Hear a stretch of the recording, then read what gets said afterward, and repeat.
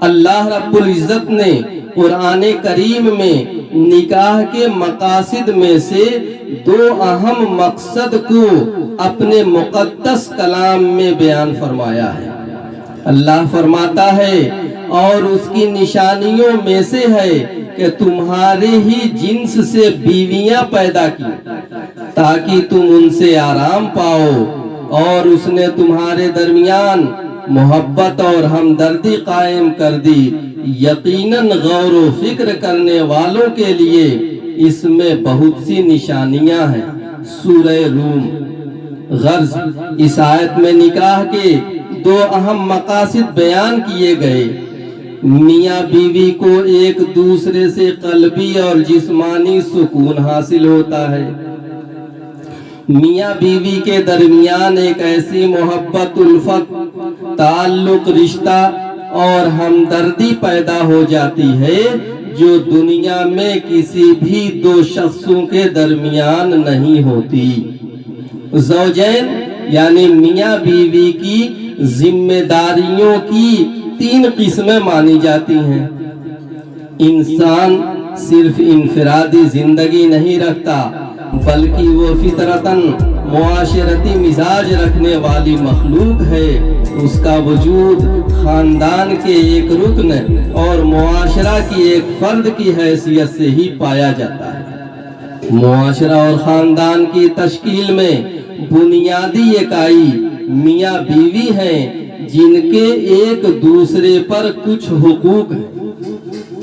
شوہر کی ذمہ داریاں یعنی بیوی کے حقوق شوہر پر، بیوی کی ذمہ داریاں یعنی شوہر کے حقوق بیوی پر، دونوں کی مشترکہ ذمہ داریاں یعنی مشترکہ حقوق۔ شوہر کی ذمہ داریاں یعنی بیوی کے حقوق شوہر پر کیا ہیں، آئیے اس کو جانتے ہیں۔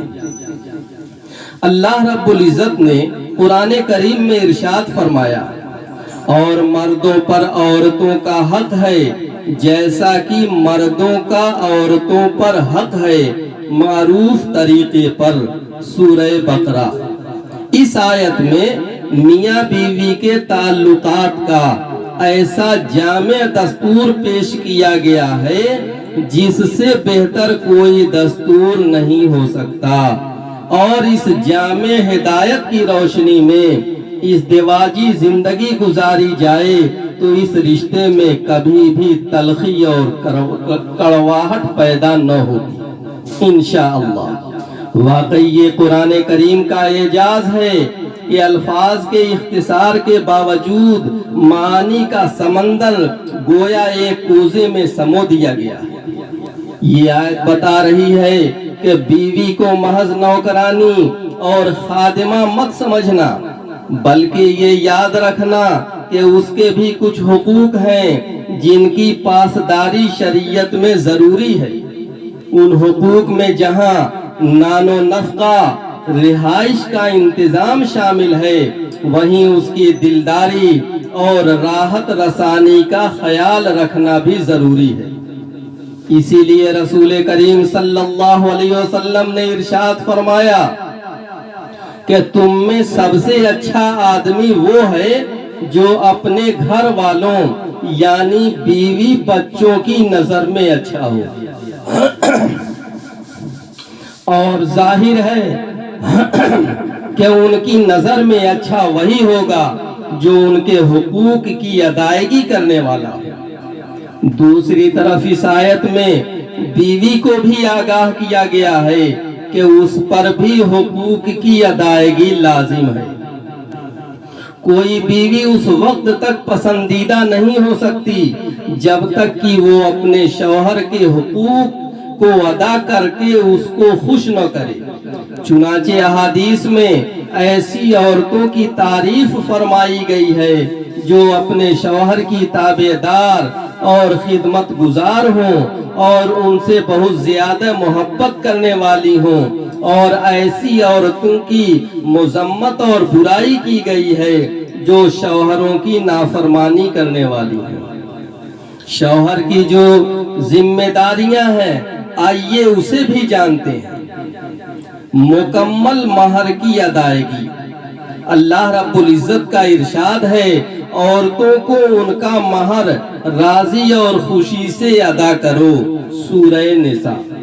نکاح کے وقت مہر کی تعین اور شب زفاف سے قبل اس کی ادائیگی ہونی چاہیے، اگرچہ طرفین کے اتفاق سے مہر کی ادائیگی کو مؤخر بھی کر سکتے ہیں۔ مہر صرف عورت کا حق ہے، لہذا شوہر اس کے والدین یا بھائی بہن کے لیے مہر کی رقم میں سے کچھ بھی لینا جائز نہیں۔ شریعت نے کوئی بھی خرچہ صنف نازک پر نہیں رکھا ہے۔ شادی سے پہلے اس کے تمام اخراجات والد اور باپ کے ذمے ہیں، اور شادی کے بعد عورت کے کھانے پینے، رہنے، سونے اور لباس کے تمام اخراجات شوہر کے ذمے ہیں، لہذا مہر کی رقم عورت کی خالص ملکیت ہے۔ اس کو جہاں چاہے اور جیسے چاہے استعمال کرے۔ شوہر یا والد مشورہ تو دے سکتے ہیں، مگر اس رقم میں تصرف کرنے کا مکمل اختیار صرف اور صرف عورت کو ہے۔ اسی طرح اگر عورت کو کوئی چیز وراثت میں ملی ہے تو وہ عورت کی ملکیت ہے، والد یا شوہر کو وہ رقم یا جائیداد لینے کا کوئی حق نہیں۔ بیوی کے تمام اخراجات شوہر کے ذمے۔ اللہ رب العزت کا ارشاد ہے بچوں کے باپ یعنی شوہر پر عورتوں یعنی بیوی کا کھانا اور کپڑا لازم ہے دستور کے مطابق، سورہ بقرہ۔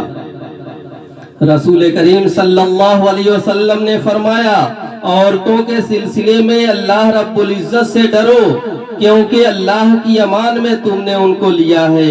اللہ رب العزت کے حکم کی وجہ سے ان کی شرمگاہوں کو تمہارے لیے حلال کیا گیا ہے۔ دستور کے مطابق ان کا مکمل کھانے پینے کا خرچہ اور کپڑوں کا خرچہ تمہارے ذمے ہے، مسلم شریف۔ بیوی کے لیے رہائش کا انتظام۔ اللہ رب العزت کا ارشاد ہے تم اپنی طاقت کے مطابق جہاں تم رہتے ہو وہاں ان عورتوں کو رکھو، سورہ طلاق۔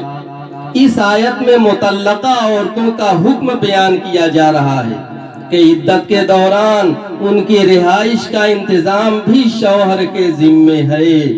جب شریعت نے مطلقہ عورتوں کی رہائش کا انتظام شوہر کے ذمے رکھا ہے تو حسب استطاعت بیوی کی مناسب رہائش کی ذمہ داری بدرجہ اولا شوہر کے ذمے ہوگی۔ بیوی کے ساتھ حسن معاشرت، اچھا سلوک۔ شوہر کو چاہیے کہ وہ بیوی کے ساتھ اچھا سلوک کرے۔ اللہ رب العزت کا فرمان ہے، اللہ فرماتا ہے ان کے ساتھ اچھے طریقے سے پیش آؤ، یعنی عورتوں کے ساتھ گفتگو اور معاملات میں حسن اخلاق کے ساتھ معاملہ رکھو۔ گو تم انہیں ناپسند کرو، لیکن بہت ممکن ہے کہ تم کسی چیز کو برا جانو، اور اللہ رب العزت نے اس میں بہت ہی بھلائی کر دی۔ سورہ نساء۔ شوہر کی ایک ذمہ داری یہ بھی ہے کہ بیوی کے ساتھ حسن معاشرت بہت زیادہ اہمیت رکھتی ہے۔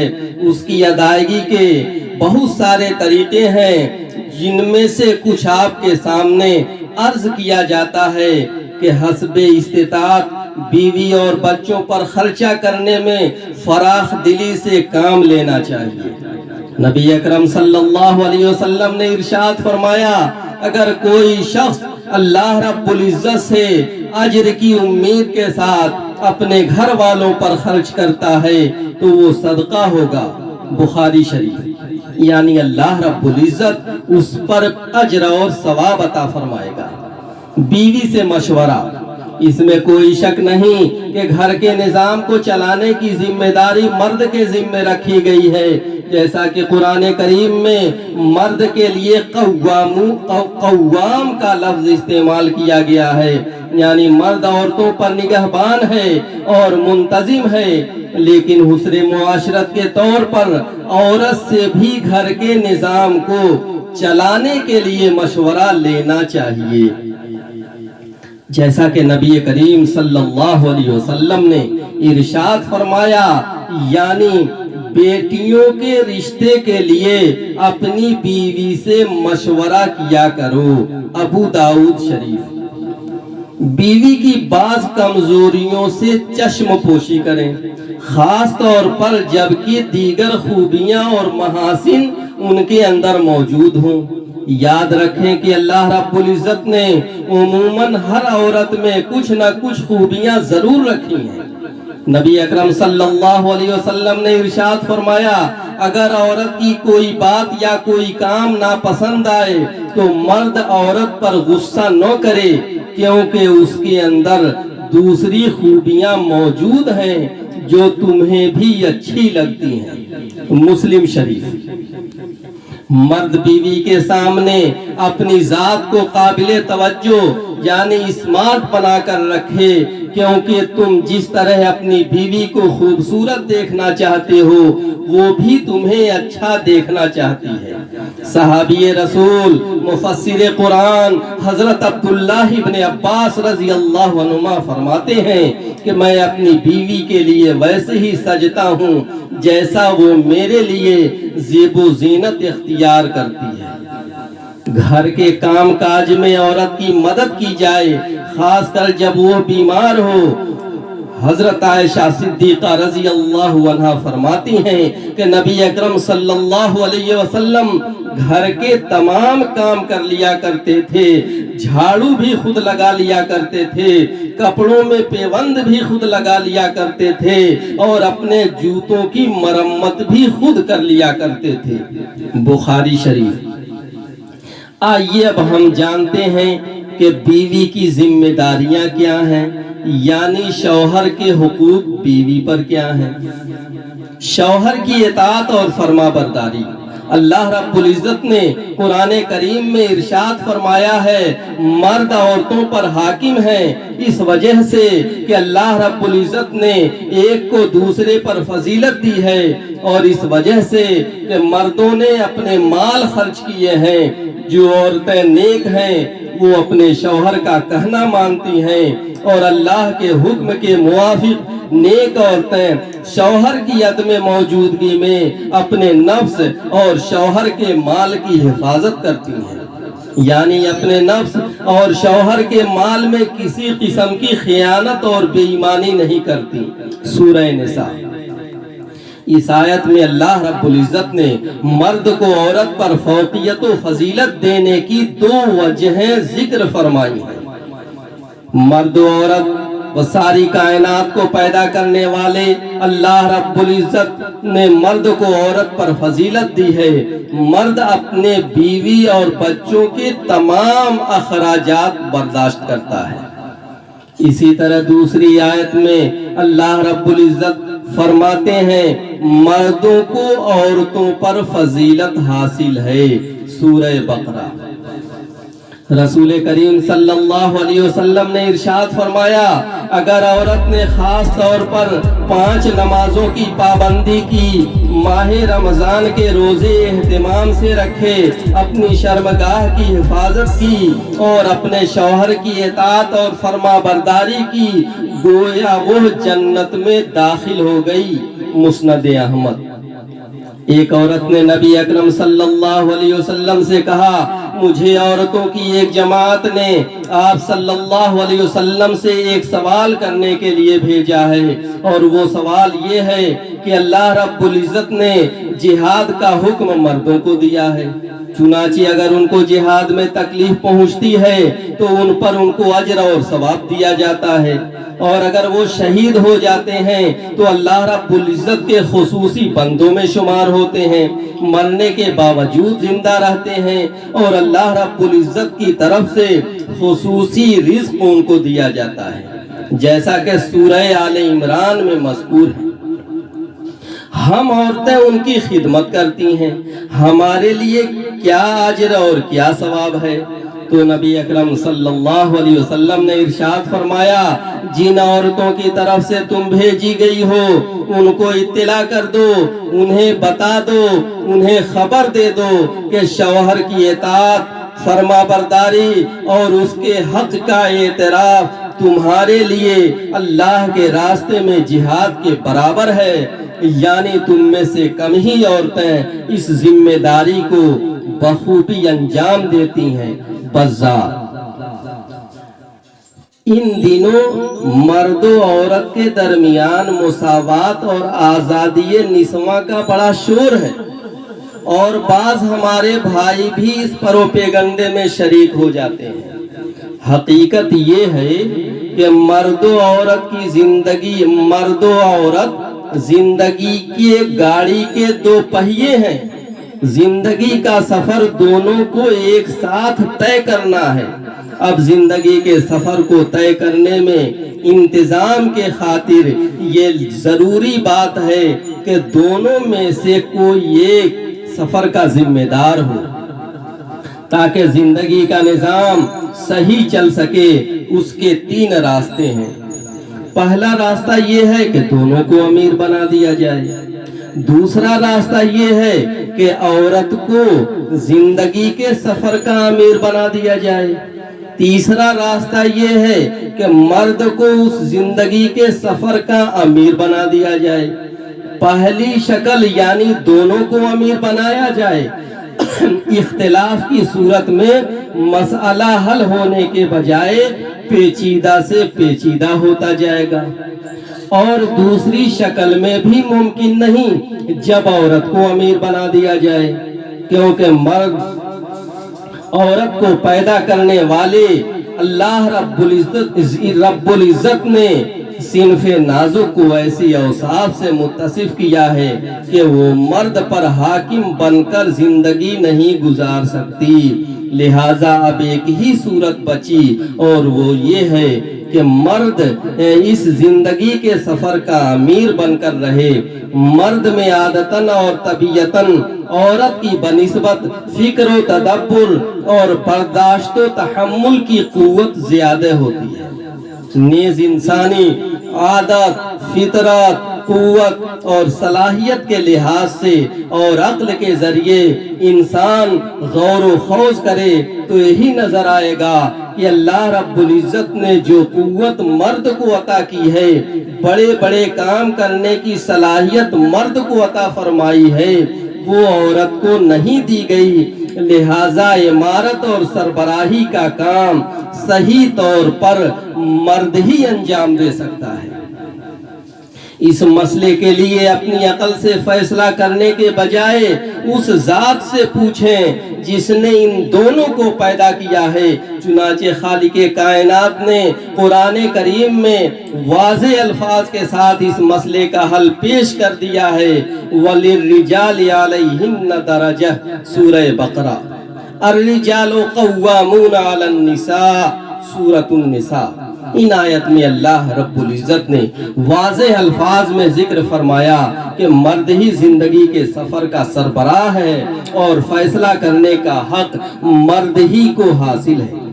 اگرچہ مرد کو چاہیے کہ عورتوں کو اپنے فیصلے میں شامل کرے، اور مرد حضرات بھی اس بات کو اچھی طرح ذہن نشین کر لیں کہ بے شک مرد عورت کے لیے قوام یعنی امیر کی حیثیت رکھتا ہے، لیکن دونوں ہی کے درمیان دوستی کا بھی تعلق ہے۔ یعنی انتظامی امور پر تو مرد قوام یعنی امیر ہے، لیکن باہمی تعلق دوستی جیسا ہے، ایسا تعلق نہیں جیسے مالک اور نوکرانی کے درمیان ہوتا ہے۔ ایک مرتبہ حضور اکرم صلی اللہ علیہ وسلم نے حضرت عائشہ صدیقہ سے فرمایا کہ جب تم مجھ سے خوش ہوتی ہو اور جب تم مجھ سے ناراض ہوتی ہو، دونوں حالتوں میں مجھے علم ہو جاتا ہے، مجھے معلوم ہو جاتا ہے۔ حضرت عائشہ صدیقہ رضی اللہ عنہا نے پوچھا، یا رسول اللہ صلی اللہ علیہ وسلم کس طرح علم ہو جاتا ہے، کیسے معلوم ہو جاتا ہے؟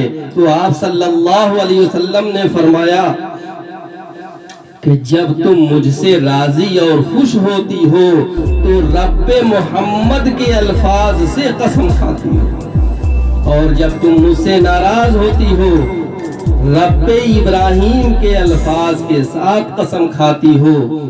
اس وقت تم میرا نام نہیں لیتی بلکہ حضرت ابراہیم علیہ السلام کا نام لیتی ہو۔ حضرت عائشہ نے فرمایا کہ یا رسول اللہ، میں صرف آپ کا نام چھوڑتی ہوں، نام کے علاوہ کچھ نہیں چھوڑتی۔ بخاری شریف۔ اب آپ اندازہ لگائیں کہ کون ناراض ہو رہا ہے؟ حضرت عائشہ۔ اور کس سے ناراض ہو رہی ہیں؟ حضور اکرم صلی اللہ علیہ وسلم سے۔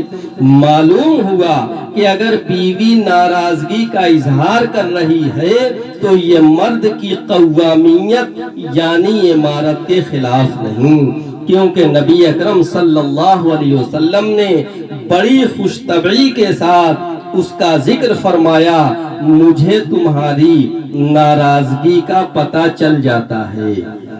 یہ ناز در حقیقت اسی دوستی کا تقاضا ہے جو میاں بیوی کے درمیان ہوتی ہے۔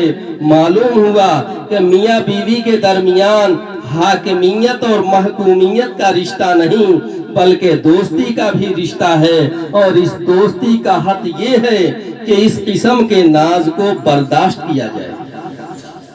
بہرحال چونکہ اللہ رب العزت نے مرد کو قوام بنایا ہے، اسی لیے فیصلہ اس کا ماننا ہوگا۔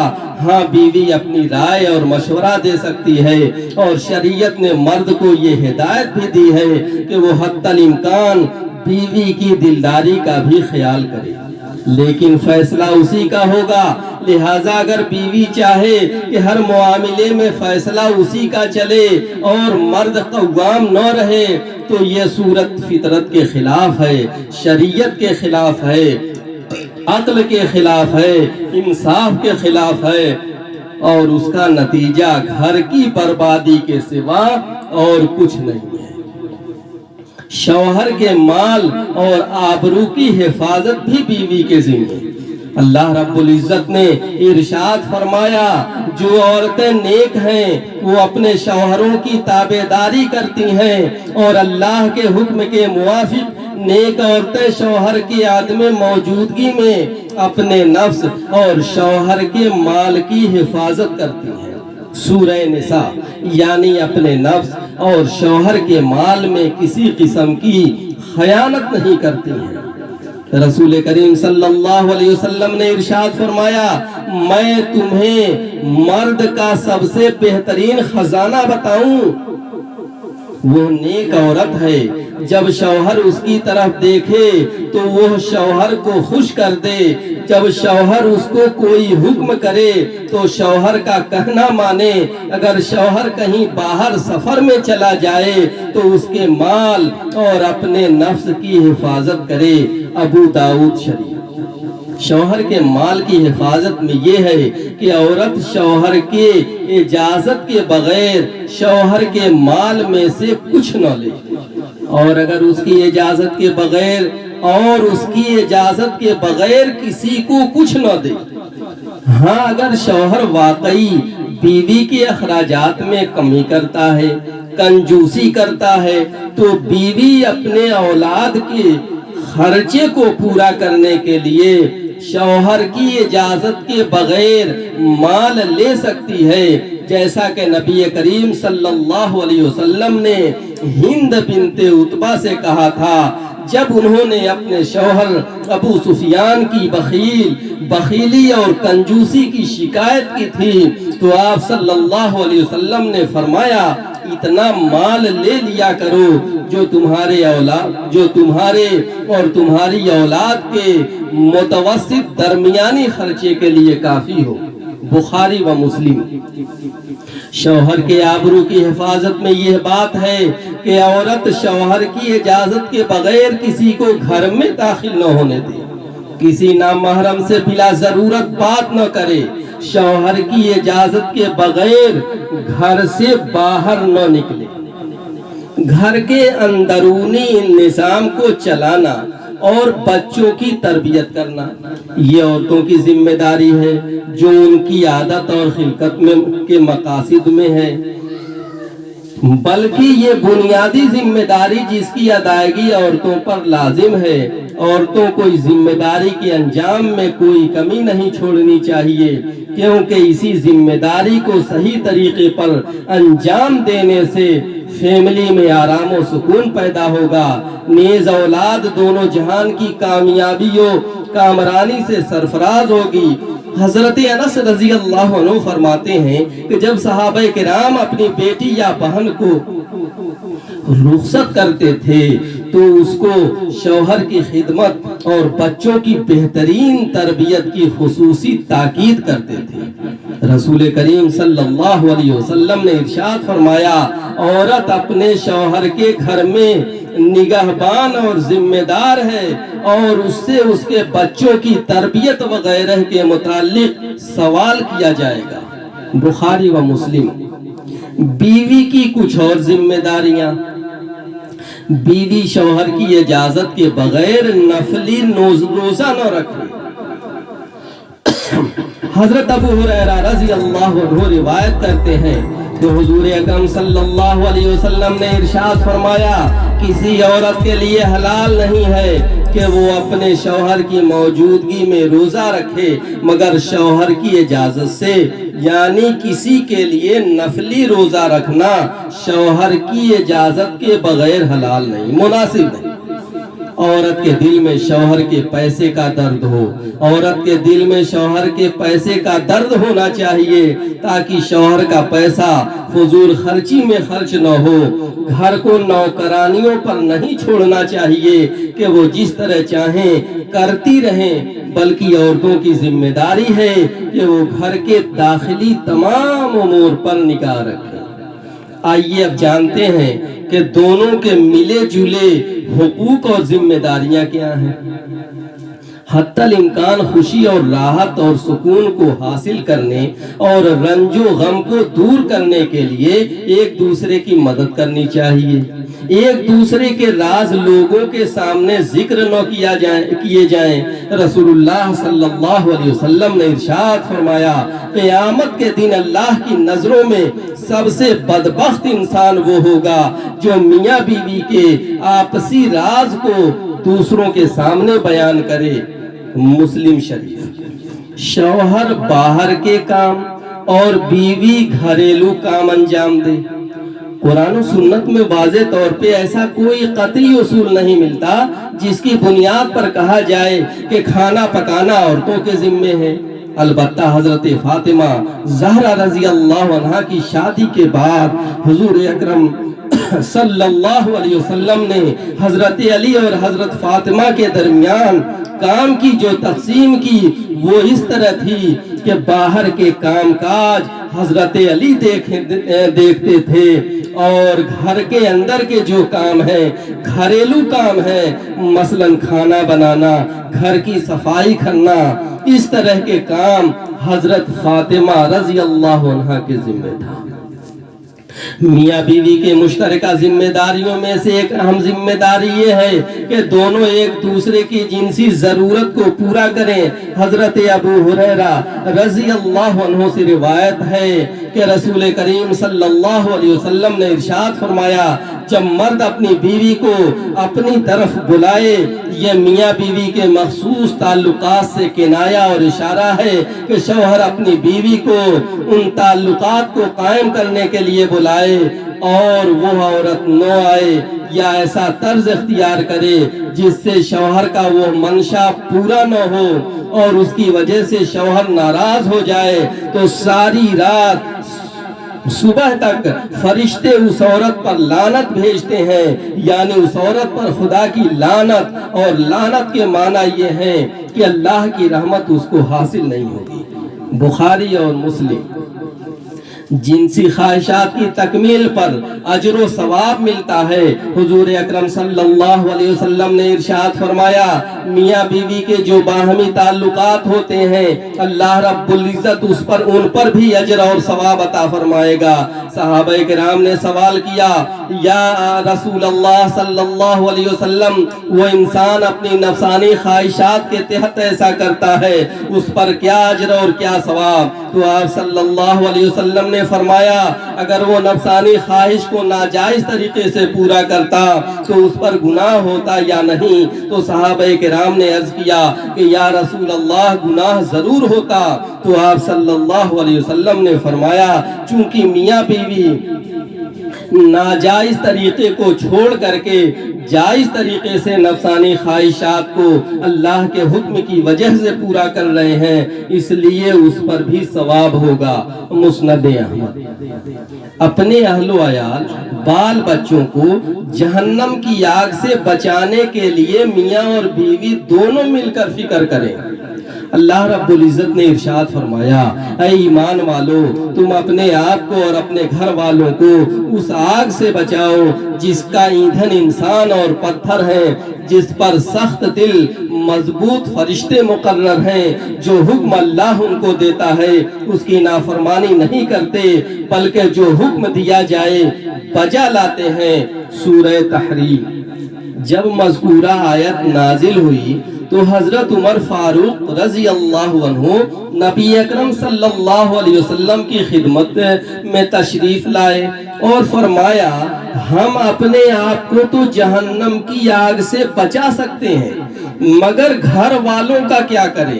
تو آپ صلی اللہ علیہ وسلم نے ارشاد فرمایا، تم ان کو برائیوں سے روکتے رہو اور اچھائیوں کا حکم کرتے رہو، انشاءاللہ یہ عمل ان کو جہنم کی آگ سے بچانے والا بنے گا۔ اللہ رب العزت ہم سب کو، تمام مسلمانوں کو صحیح سمجھ کی توفیق عطا فرمائے۔